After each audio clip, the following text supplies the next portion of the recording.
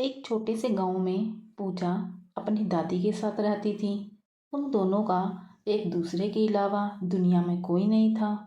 पूजा और उसकी दादी दोनों ही माता रानी की सच्ची भक्ति। उनके मन में माता जी के प्रति सच्ची भक्ति और श्रद्धा थी। हर नवरात्रि पर कन्या पूजन वाले दिन वह पूरी श्रद्धा और दिल से कन्या पूजन करती ही।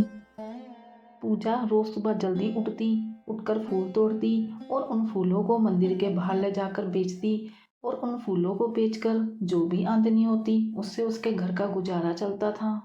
नवरात्रे शुरू हो गए थे और अष्टमी का दिन आने ही वाला था, लेकिन कुछ दिन से पूजा के फूल बिक ही नहीं रहे थे। लोग मंदिर जाते लेकिन उसके फूल कोई नहीं खरीदता। वह बहुत ही उदास थी। पूजा उदास मन से घर लौटती है और घर आकर अपनी दादी के पास बैठ जाती है और कहती है, देखो ना दादी, आज भी एक भी फूल नहीं बिका। कल अष्टमी है, कल कन्या भोज है, हम कन्या पूजन कैसे करेंगे? घर पर तो कुछ भी नहीं है।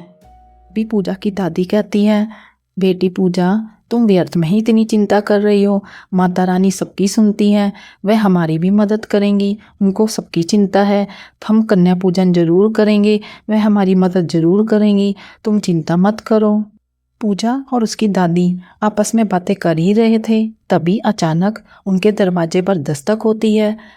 वह दोनों देखती हैं कि उनके दरवाजे पर लाल साड़ी पहने एक सुंदर सी औरत खड़ी है, जिसके चेहरे पर एक अलग सा तेज था। तभी वह महिला घर के अंदर आती है और पूजा को कहती है, बेटी, मुझे मेरे मंदिर के लिए कुछ फूल चाहिए, क्या तुम्हारे पास कुछ फूल हैं? मुझे खरीदने हैं।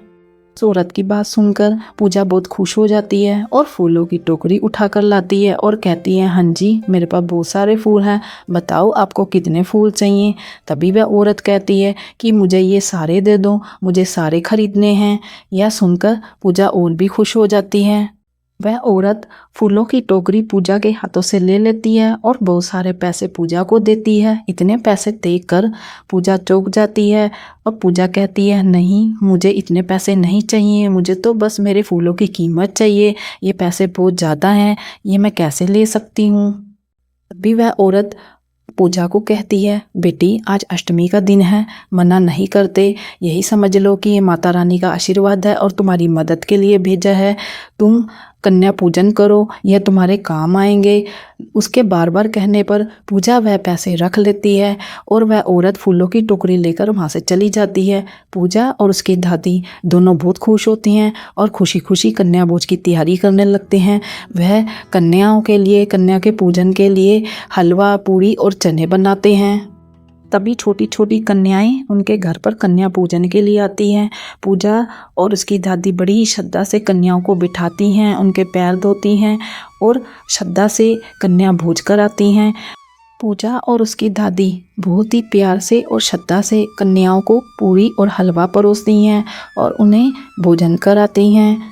पूजा और उसकी दादी समझ गए थे कि माता रानी ने आज समय उस औरत के रूप में आकर उनकी मदद की है। वह दोनों माता जी का धन्यवाद करती हैं।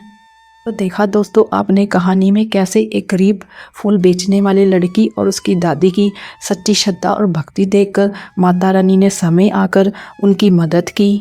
दोस्तों, सच्ची भक्ति और श्रद्धा से बढ़कर कुछ नहीं।